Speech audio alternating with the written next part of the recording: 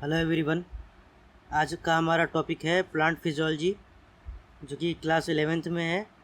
और ये class 11th का चैप्टर 11th, और इसमें हमने प्रीवियस 20 ईयर्स के क्वेश्चन किए हैं।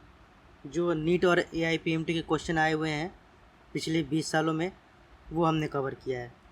सो हमारा जो पहला क्वेश्चन है वो नीट 2070 का क्वेश्चन है, और इस क्वेश्चन में पूछा है कि which of the following facilitates opening of stomatal aperture. इनमें से कौन सा चीज़ ऐसा है जो स्टोमेटा के अपर्चर को ओपन होने में फैसिलिटेट करता है, मतलब सपोर्ट करता है, हेल्प करता है। तो जो पहला ऑप्शन दिया है वो दिया है contraction of outer wall of guard cells, और सेकंड ऑप्शन है decrease in turgidity of guard cell.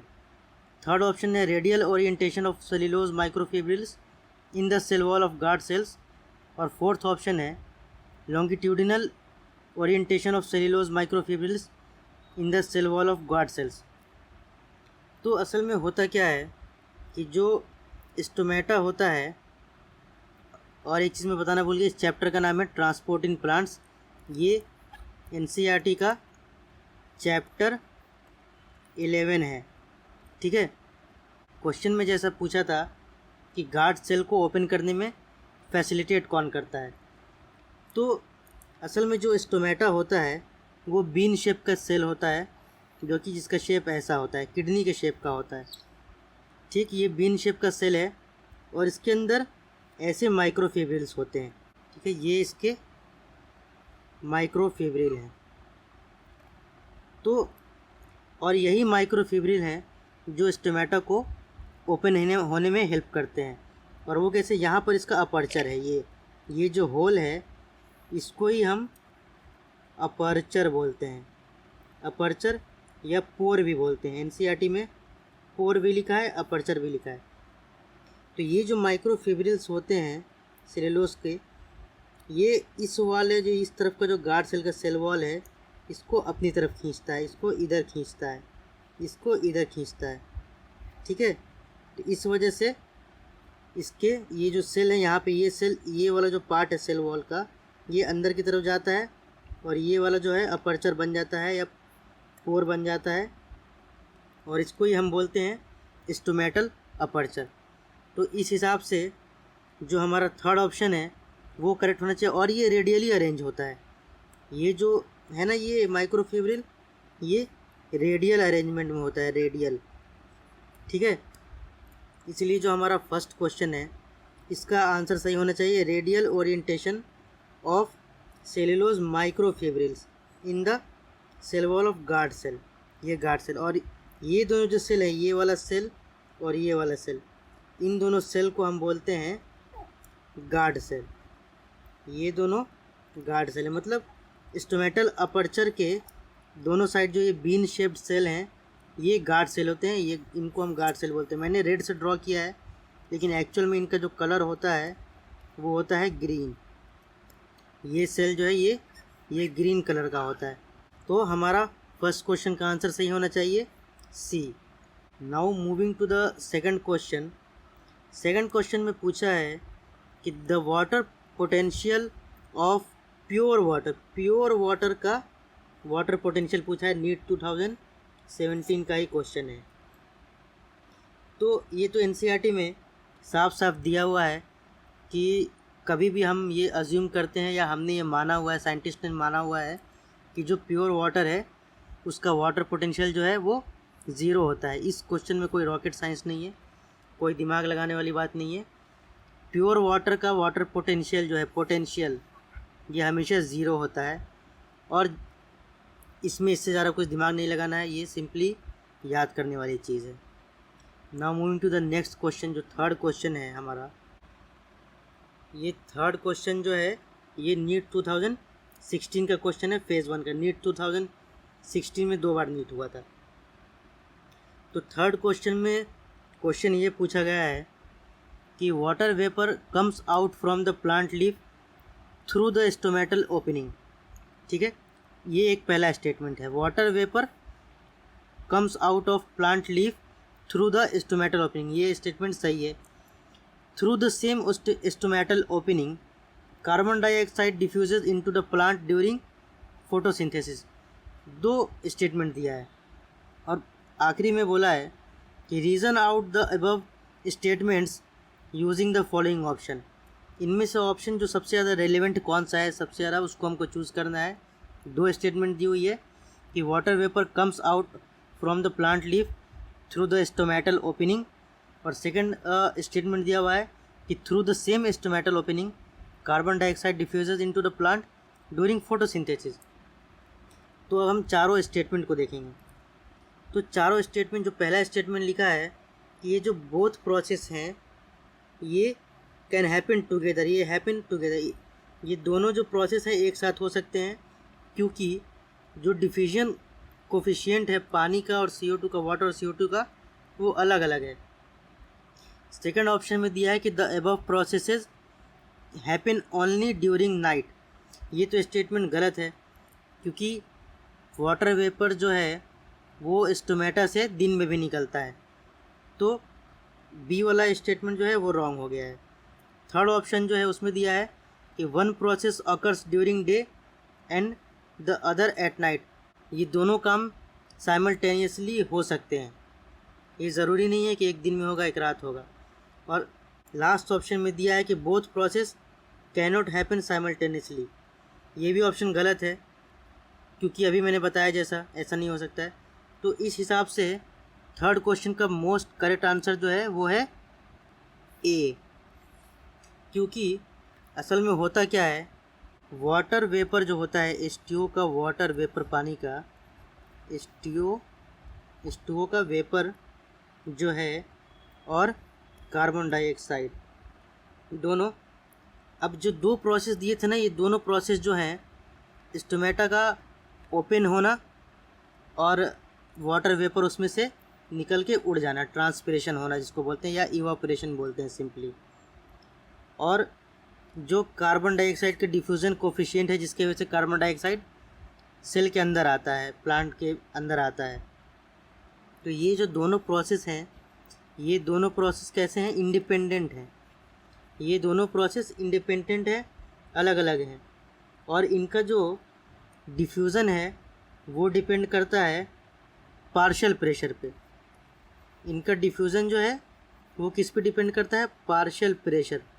और ये पार्शियल प्रेशर एटमॉस्फेयर में भी हो सकता है और या फिर इनसाइड सेल भी हो सकता है। तो इस हिसाब से जो हमारा मोस्ट करेक्ट आंसर है ए होना चाहिए थर्ड क्वेश्चन का। फोर्थ क्वेश्चन में पूछा है कि a few drops of sap were collected by cutting across a plant stem by a suitable method. The sap was tested chemically. SAP को हमने प्लांट के स्टेम को थोड़ा सा कहीं से काटा एक सूटेबल मेथड के हिसाब से, और जो सैप निकला है उससे उसको हमने केमिकली टेस्ट किया है। Which one of the following test result indicates that it is a phloem sap. तो केमिकली जो हमने टेस्ट किया है उससे हमको कैसे पता चलेगा कि ये फ्लोएम का सैप है, फ्लोएम से निकला हुआ। तो असल में जो क्या होता है, जो फ्लोएम का जो सैप होता है वो होता है, इसका नेचर होता है अल्कलाइन। फ्लोएम से जो चीज़ फ्लोएम में प्लांट में एक्चुअली घूम रही होती हैं वो अल्कलाइन होती हैं, जो फ्लोएम में स्टोर होता है। मतलब अल्कलाइन का मतलब है बेसिक नेचर उनका होता है, बेसिक नेचर होता है, वो थोड़े बेस होते हैं, एसिड बेस जो होता है ना, तो बेस होता है ये, ठीक। इससे हमें पता चलता है कि जो बी वाला ऑप्शन है ये मोस्ट करेक्ट है, क्योंकि जो फ्लोएम के सैप हैं वो अल्कलाइन है। Now moving to the next question. जो हमारा नेक्स्ट क्वेश्चन है वो हमारा फिफ्थ क्वेश्चन है, और फिफ्थ क्वेश्चन में पूछा है कि root pressure develops due to. तो इसके चार ऑप्शन है। पहला ऑप्शन है एक्टिव एब्जॉर्प्शन, सेकंड ऑप्शन है low osmotic potential in soil, third option है पैसिव एब्जॉर्प्शन, और जो फोर्थ ऑप्शन है वो है इंक्रीज इन ट्रांसपिरेशन। जो रूट प्रेशर होता है एक्चुअली में ये पॉजिटिव प्रेशर होता है। जो 1 मिनट, ये जो रूट प्रेशर है ये पॉजिटिव प्रेशर होता है। ठीक है, रूट प्रेशर कैसा है? पॉजिटिव प्रेशर है जो कि प्लांट के रूट में डेवलप होता है। और जब प्लांट में न्यूट्रिएंट जो है वो एब्जॉर्ब होते हैं तो वाटर भी आता है, जिसकी वजह से प्रेशर बढ़ता है जाइलम में, और यही प्रेशर जो है पानी को ऊपर ले जाता है, कुछ बहुत स्मॉल हाइट तक ले जाता है। इसलिए इसका ऑप्शन जो है करेक्ट ऑप्शन है एक्टिव एब्जॉर्प्शन, क्योंकि असल में एक्टिव एब्जॉर्प्शन होता है, एक्टिव एब्जॉर्प्शन ऑफ मिनरल्स होता है, जिसकी वजह से रूट प्रेशर जो है वो डेवलप होता है। तो 5th क्वेश्चन का करेक्ट आंसर हुआ A. A column of water within xylem vessel of the tall trees does not break under its weight because of. ये एनसीईआरटी की लाइन है, बहुत सिंपल क्वेश्चन है। ये पूछा हुआ है कि जो जैसे कि ये जाइलम है, इसके ट्रैकाइड और वेसल्स होते हैं जाइलम में, तो पानी के जो मॉलिक्यूल्स हैं ये जो हैं ये ऊपर की तरफ चढ़ते हैं। जब ट्रांसपिरेशन होता है तो यहाँ पे अगर कोई लीफ है तो इसमें से पानी वाटर वेपर बन के उड़ जाता है, इवापोरेशन होता है या फिर उसको हम ट्रांसपिरेशन भी बोलते हैं। तो पानी की जो मॉलिक्यूल हैं, ये पानी का मॉलिक्यूल है, या एक हम ड्रॉप कह लें या मॉलिक्यूल कह लें। ड्रॉप और मॉलिक्यूल अलग अलग चीज़ है वैसे। एक मॉलिक्यूल, और इनके हर मॉलिक्यूल में ना एक दो प्रॉपर्टी होती है, जिसकी वजह से जो क्वेश्चन में जो पूछा है कि पानी अपने ही वेट से, तो जो एक सीरीज़ में पानी ऊपर चढ़ता जा रहा है वो टूटता क्यों नहीं है? तो इसके दो प्रॉपर्टी होते हैं, कोहेजन और दूसरा प्रॉपर्टी होता है एडहेजन। ठीक, और यही दोनों प्रॉपर्टी जो है ये मिल के पानी को क्या देती हैं? एक प्रॉपर्टी देती हैं जिसको हम बोलते हैं टेंसाइल स्ट्रेंथ। टेंसाइल स्ट्रेंथ का मतलब है कि ये जो प्रॉपर्टी है टेंसाइल स्ट्रेंथ, टेंसाइल प्रॉपर्टी का मतलब है कि किसी भी चीज़ को हम जब खींच के लंबा करते हैं तो वो कितनी देर के बाद टूटती है, कितना प्रेशर उस पर लगाने के बाद, खींचने के बाद वो टूटता है। ये प्रॉपर्टी है टेंसाइल स्ट्रेंथ, और यही वो प्रॉपर्टी है जिसकी वजह से पानी जो है, ये जो पानी का कॉलम है जाइलम के अंदर, जो कॉलम है वेसल में, वो पानी का जो टूटता नहीं है, जो कॉलम जो पानी चढ़ता जा रहा है ऊपर। इसलिए 6th क्वेश्चन का जो करेक्ट आंसर है वो है B, tensile strength of water. और ये टेंसाइल स्ट्रेंथ वाटर का कैसे डेवलप होता है? ये डेवलप होता है कोहेजन से और एडहेजन से। कोहेजन और एडहेजन ये दोनों मिलके पानी को क्या प्रॉपर्टी देते हैं? टेंसाइल स्ट्रेंथ का। Now moving to the 7th question. 7th question में हमसे पूछा है कि which of the following criteria पूछा है does not pertain to facilitated transports, कि इनमें से कौन सा क्राइटेरिया है जो फैसिलिटेटेड ट्रांसपोर्ट को फुलफ़िल नहीं करता है। और ये नीट 2013 का क्वेश्चन है। ठीक है, इनमें से कौन सा क्राइटेरिया है? विच of the following criteria does not pertain. बच्चों को ये चीज़ हमेशा ध्यान रखनी चाहिए कि कोई भी MCQ करने से पहले सबसे पहला जो उनका ध्यान होना चाहिए ना, कि क्वेश्चन को वो रीड करें अच्छे से, वो केयरफुली रीड करें। क्योंकि बहुत से बच्चों को मैंने देखा है कि उनको नॉलेज बहुत अच्छी होती है, लेकिन वो क्वेश्चन को ठीक से पढ़ते ही नहीं है कि डज लिखा है या डज नॉट लिखा है, और उनका क्वेश्चन जो है वो गलत हो जाता है। इसलिए बच्चों को हमेशा ये ध्यान रखना चाहिए कि वो क्वेश्चन को सबसे पहले अच्छे से पढ़ें, आराम से, ठंडे दिमाग से, घबराए नहीं, पैनिक नहीं होना है, एंजाइटी में नहीं रहना है एग्ज़ाम के टाइम पे। आराम से क्वेश्चन को पढ़ो अगर आराम से भी करोगे, जल्दी जल्दी भी आराम से होता है। तो which of the following criteria does not pertain to facilitated transport. ठीक है, पहला ऑप्शन है requirement of special membrane proteins, second option है हाई सेलेक्टिविटी, थर्ड ऑप्शन है ट्रांसपोर्ट सैचुरेशन, और फोर्थ ऑप्शन है अप हिल ट्रांसपोर्ट।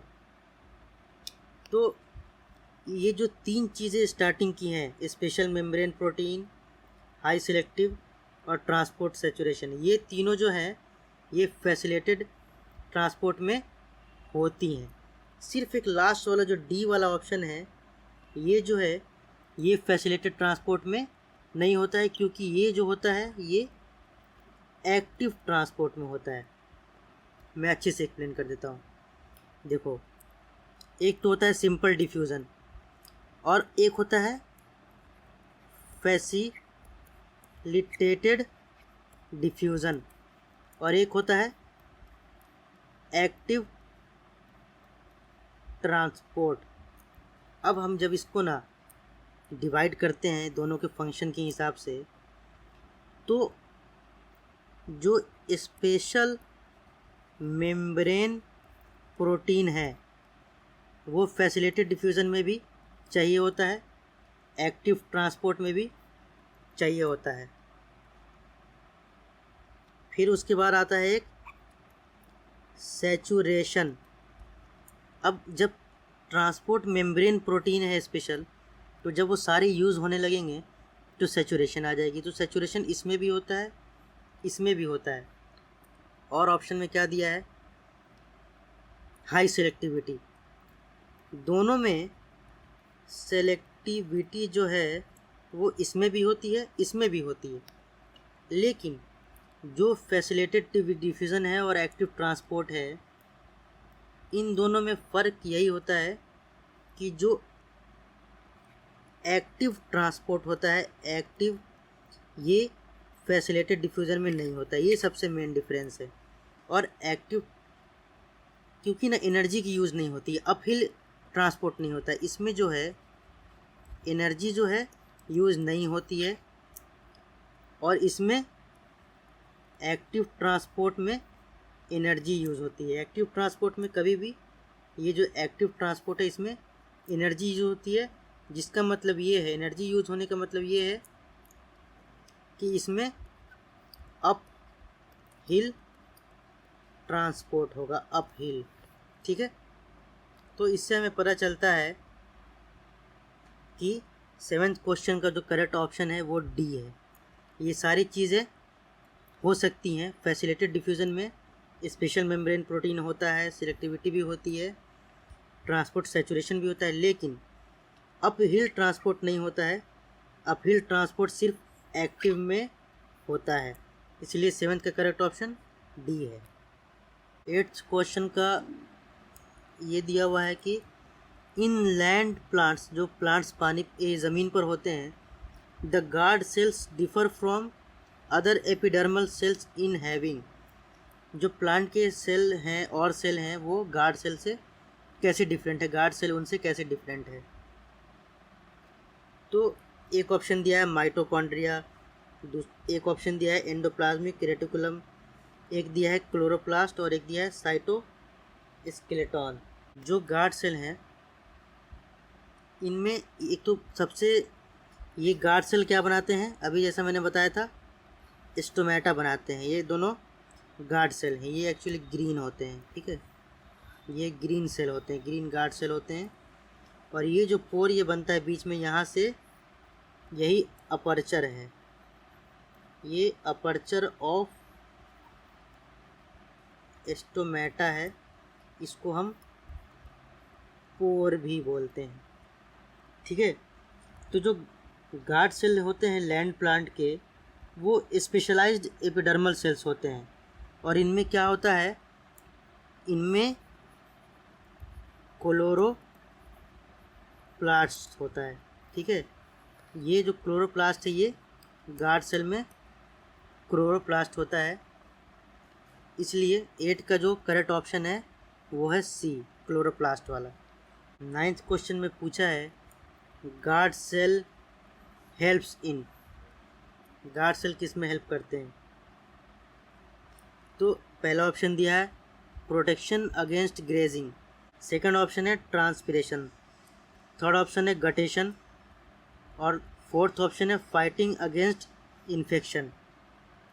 तो गार्ड सेल का सिंपल एक काम है ट्रांसपिरेशन, इसलिए नाइन्थ का बी ऑप्शन। ये तो सिंपल याद करने वाली चीज़ है और समझने की भी चीज़ है, लेकिन समझने में इतना डिफ़िकल्टी नहीं होनी चाहिए बिकॉज़ ये बहुत आसान है।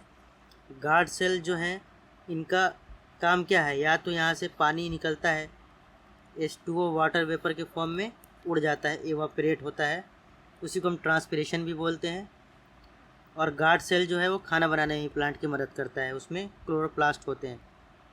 इसलिए नाइन्थ का जो करेक्ट ऑप्शन है वो है transpiration B. Now moving to the 10th question, the rupture and fractionation do not usually occur in the water column in the vessel tracheids. Vessel tracheid जो है ये जाइलम में होते हैं, ठीक है।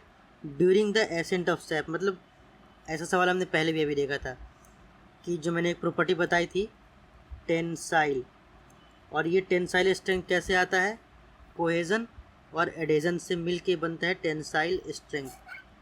तो इस क्वेश्चन में वही पूछा है कि पानी जब मान लो कि ये ट्रैकाइड है या वेसल है, इसमें जब पानी के ये मॉलिक्यूल्स जो हैं ऊपर की तरफ चढ़ते हैं, ठीक है, ट्रांसपिरेशन की वजह से, तो ये एक दूसरे से जुड़े रहते हैं, चिपके हुए रहते हैं, और ये जो इनका पूरा सीरीज़ है, ये चेन है, ये टूटता नहीं है।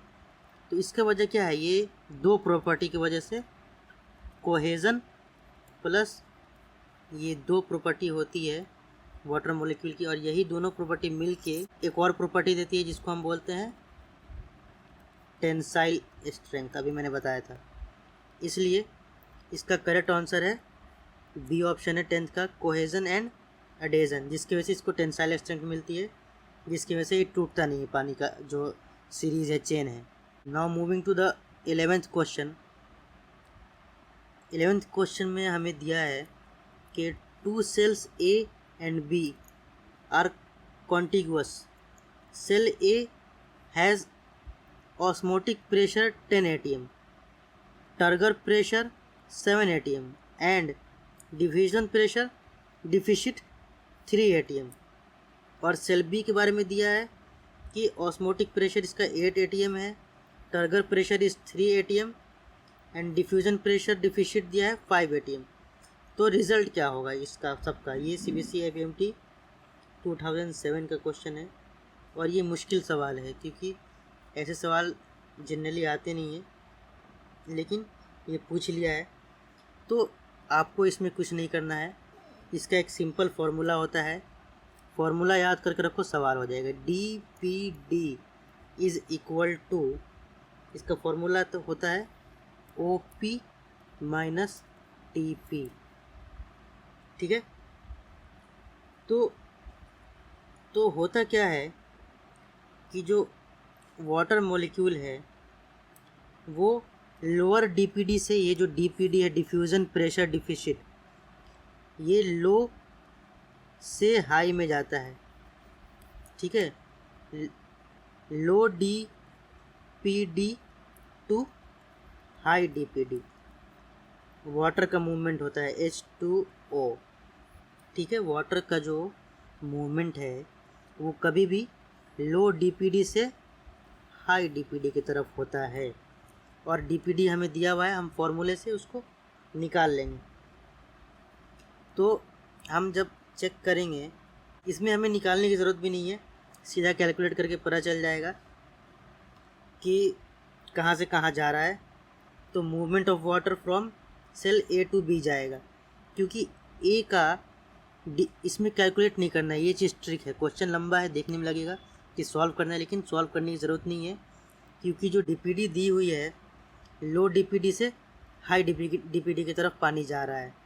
और किसका लो DPD है, इस वाले का सेल A का DPD 3 है और सेल B का DPD 5 है।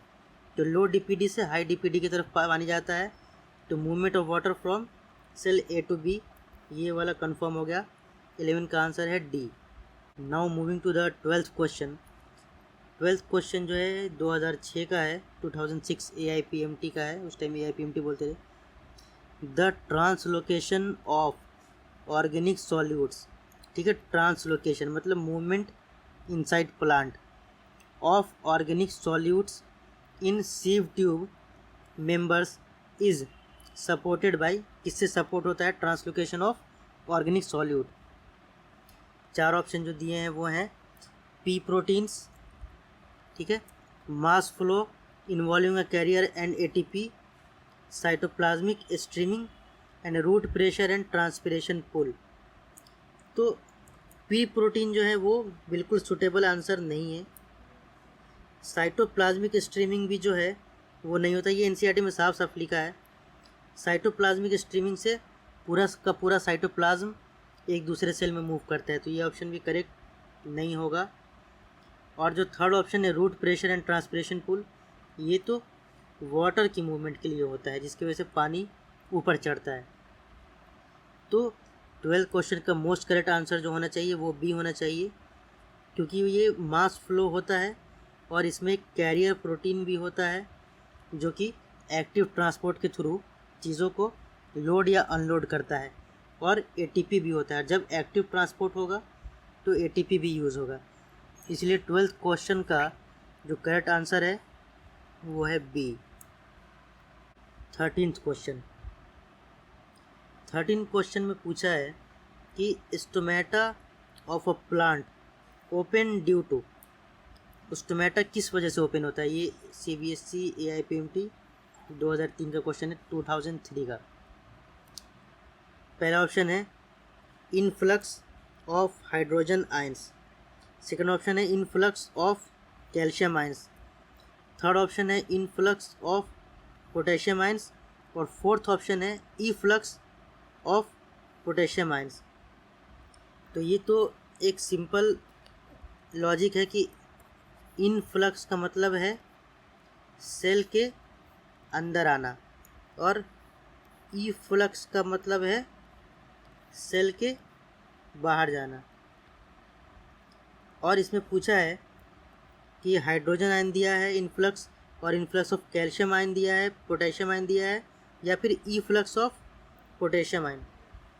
तो इसका जो करेक्ट आंसर है वो होता है सी, इनफ्लक्स ऑफ पोटेशियम। ये जो गार्ड सेल हैं, जब इसके अंदर बहुत ज़्यादा पोटेशियम जमा होता है K+, पोटेशियम नहीं होता एक्चुअली, पोटेशियम आयन होता है K+, ये बहुत ज़्यादा जब गार्ड सेल के अंदर हो जाता है तो इसके अंदर क्या होता है, सॉल्यूट है।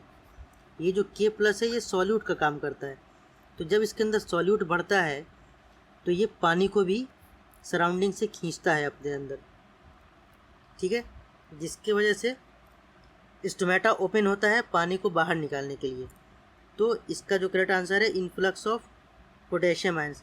और हमने NCERT में एक और चीज़ पढ़ा था कि स्टोमेटा जो है इसका ओपनिंग या क्लोजिंग जो है स्टोमेटा का, ये किस पे डिपेंड करता है? ये K+ आयन पे डिपेंड करता है, पोटेशियम आयंस पे, ठीक है, पोटेशियम आयंस। अगर एग्ज़ाम में सिर्फ K दिया हो तो आप उस पर टिक करेंगे, और अगर K+ और K दोनों दिया हो तो मोस्ट करेक्ट ये वाला होगा, इसको हम टिक करेंगे, ये मोस्ट करेक्ट होगा क्योंकि वो पोटेशियम आयंस होते हैं। द 14th क्वेश्चन इज कि the stomata of CAM plants, CAM plants, और 4 ऑप्शन दिए हैं, open during the night time, night and close during the day, never open, or always open, open during the day and close at night. तो actually में जो cam plant होते हैं, cam का मतलब होता है क्रैसुलेशियन एसिड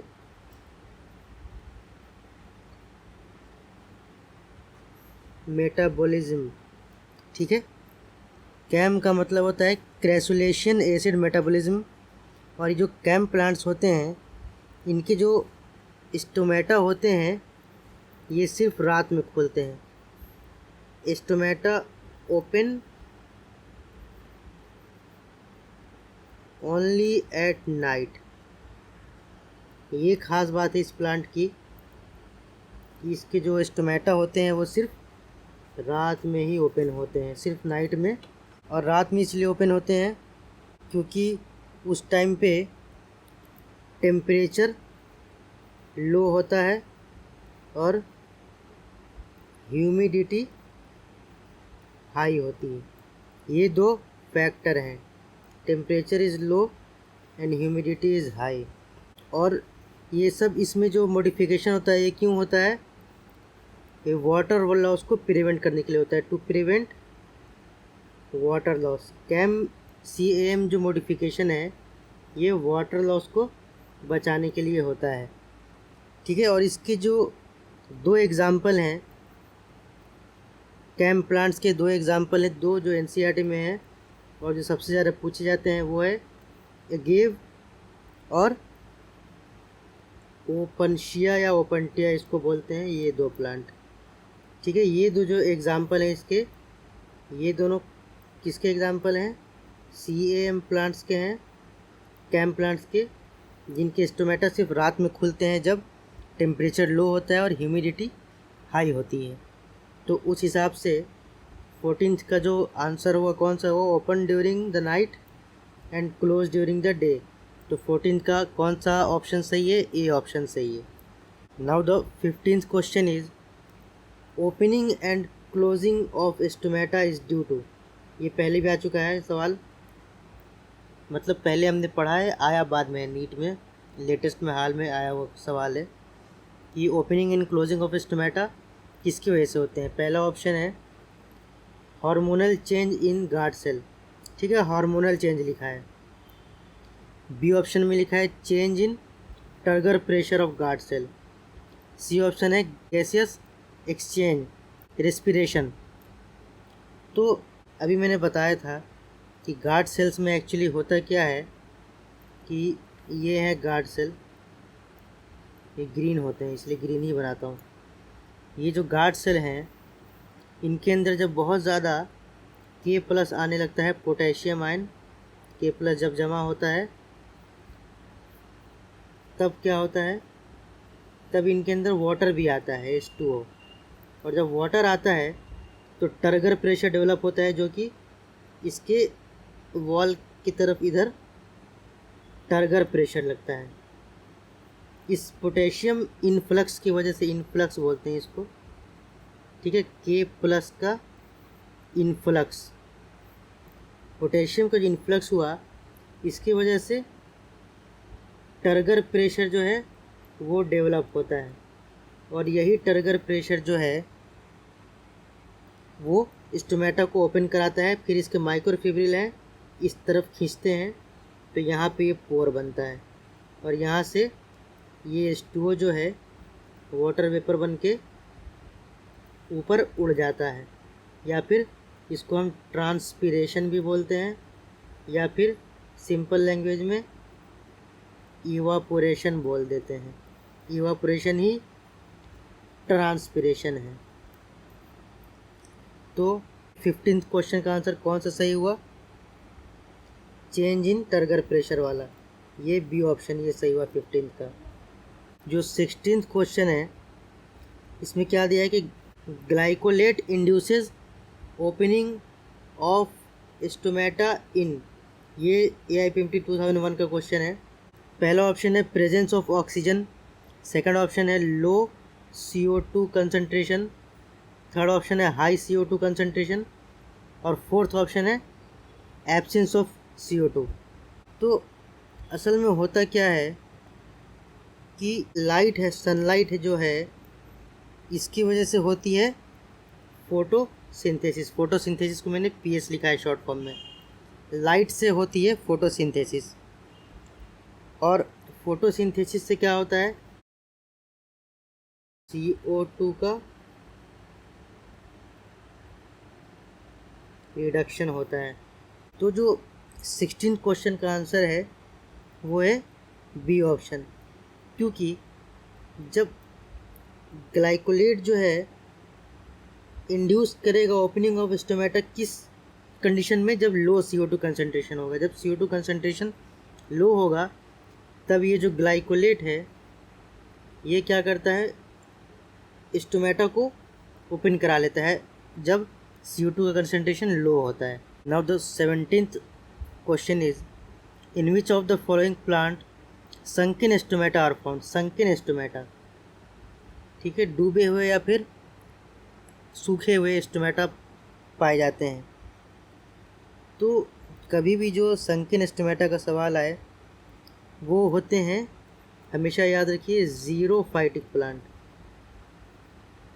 जो ज़ीरोफाइटिक प्लांट्स होते हैं इसमें होता है स्टोमेटा कैसा होता है, संकिन स्टोमेटा होता है, संकिन स्टोमेटा, ठीक है। ज़ीरोफाइटिक प्लांट्स की पहचान है, उनमें ये मॉडिफिकेशन होता है। इसमें क्या होता है कि जो स्टोमेटा होते हैं पार्शियली कवर्ड होते हैं हेयर से और क्यूटिकल से। और संकिन स्टोमेटा जिन प्लांट में होता है उसका एग्जाम्पल है नेरियम। नेरियम में संकिन स्टोमेटा होता है, ठीक है। नेरियम उस प्लांट का साइंटिफिक नेम है।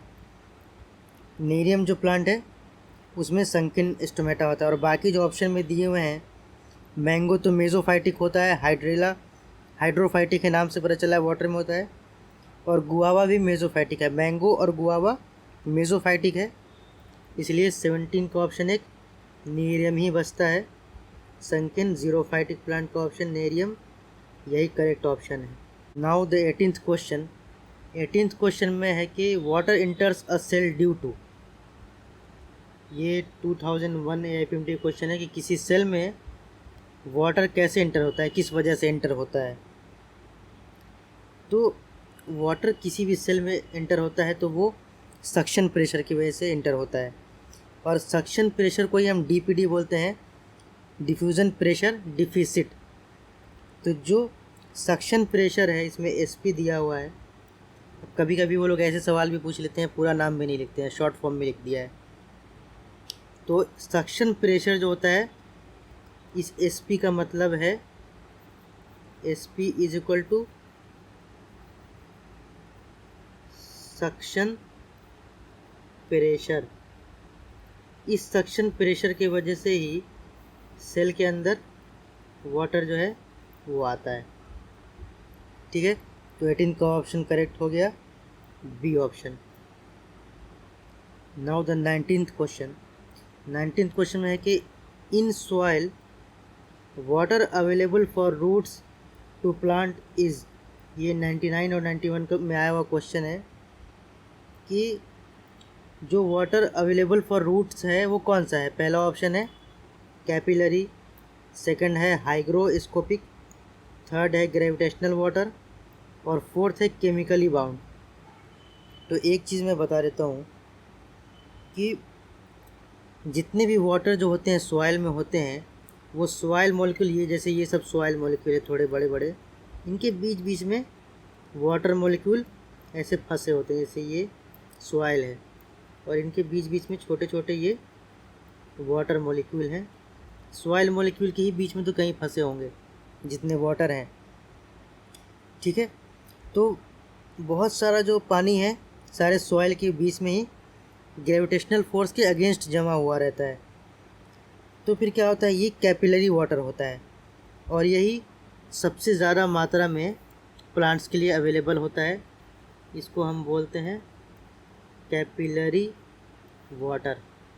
तो 19th क्वेश्चन का आंसर क्या हुआ, इसका सही आंसर हुआ ए, कैपिलरी वाटर। और कैपिलरी का मतलब ये भी होता है कि जैसे ये एक ट्यूब है, इसको हमने पानी में डुबाया, जैसे ये एक टब है, इसमें पानी भरा हुआ है टब में यहाँ तक, ठीक, यहाँ इतना ऊपर तक भरा है। अब ये रेड वाली जो ट्यूब दिख रही है, इसको जब हम पानी में डुबाएंगे तो ये इसमें पानी जो है इस लेवल से थोड़ा ऊपर तक जाता है, यहाँ तक आएगा। ये एक्चुअल में इतना ही नहीं आता है कि इसका फार्मूला होता है, यहाँ तक भी आ सकता है, इसके नीचे भी आ सकता है, इसके ऊपर भी आ सकता है। तो ये पानी इस रेड वाली कैपिलरी में थोड़ा ज़्यादा ऊपर तक जाएगा, इस सरफेस से ऊपर तक जाएगा। इसको हम बोलते हैं कैपिलरी वाटर या कैपिलरी राइज भी बोलते हैं। और यही प्रॉपर्टी की वजह से प्लांट के रूट्स में पानी अवेलेबल होता है, जो कि 19 क्वेश्चन में पूछा है।